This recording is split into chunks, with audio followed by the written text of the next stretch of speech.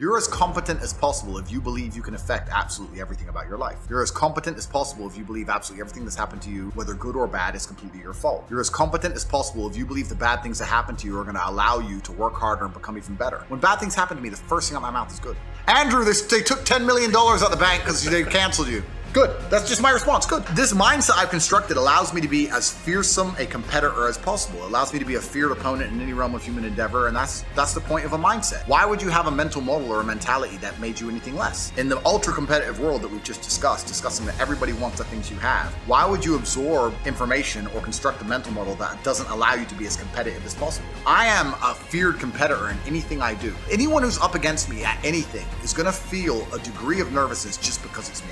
It doesn't matter what it is. If you say, look, you're gonna go learn how to play piano and you're gonna play against someone else who's never played piano, and that guy's Andrew Tate, you're gonna be like, oh, for fuck's sake, I can't even play piano. But part of them is gonna be like, oh, not Tate. Even though I have no piano experience, because they just know me. They know my mindset, they know my determination, they know I'm stubborn, they know I don't quit, they know I'm gonna win. That's just who I am. So I've constructed a mental model that allows me to be competent and to always succeed. And that's how I've come to the conclusions I've come to. And I truly, once again, don't understand how people go through the world with any other mental model. I get asked all the time, well, what do you feel? Or what about happiness or depression? How I feel doesn't cross my mind. I don't know how else to explain it. There are days where I'm pissed off or sad or happy. It doesn't cross my mind. It's just like I woke up, whatever mood I happen to be in, I have things I need to do. It's a busy day. Zuby's here soon. I need to go training before he gets here. I had a meeting with the bank at 7:15 a.m. I have shit to do. Like, I didn't cross my mind if I was happy, sad, excited. I just had to work. If you want to be the most competitive predator on the planet, you have to be able to hunt in the day and the night. You have to be able to do both. You have to be able to perform when you're happy and sad. You can't only be able to perform when you're happy. You can't only go to the gym when you're motivated. You can't only be a competent person when your life's going well, because when your life's not going well, you're no longer competent. Then you're going to lose to people like me. And it's player versus player. If you're the kind of person who can only do well when you're happy and you're competing against someone like me who can do well all the fucking time, guess what? You lose. Most of my opinions are just based around constructing a mental model that allows me to be brutally competitive. It's why I say depression isn't real.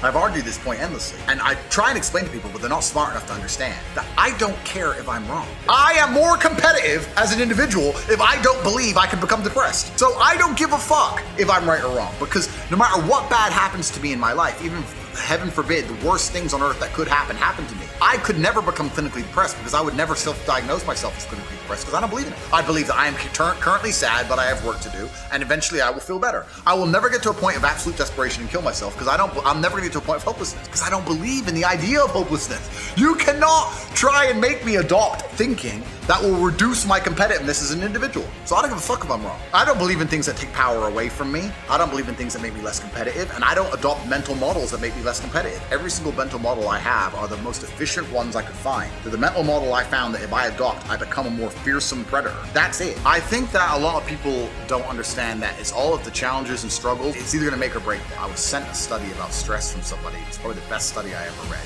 It's talked about the placebo effect of stress. And it said that they took some of the most stressed people in the world, CEOs, etc.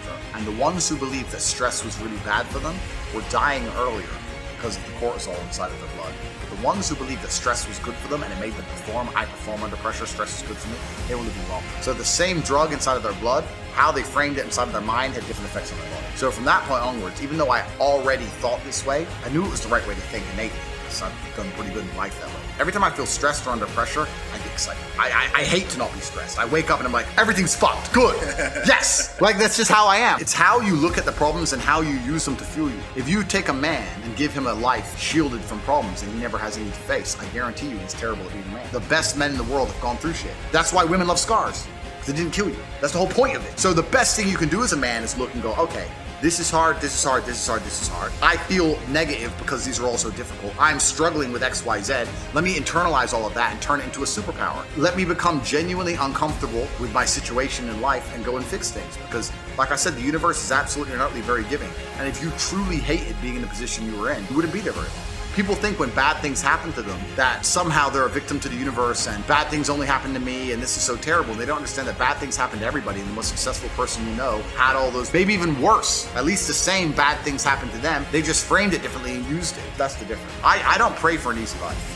I pray for a life of difficulty that allows me to become a better and better person. I pray to become more competent to handle problems. I pray to put myself in a position where if the mass media machine attempts its very best to destroy my life, I can laugh and smile from villain divine. This is who I pray to become. I don't pray that nobody hurts me. I pray to be able to fight. So it's just a different mentality.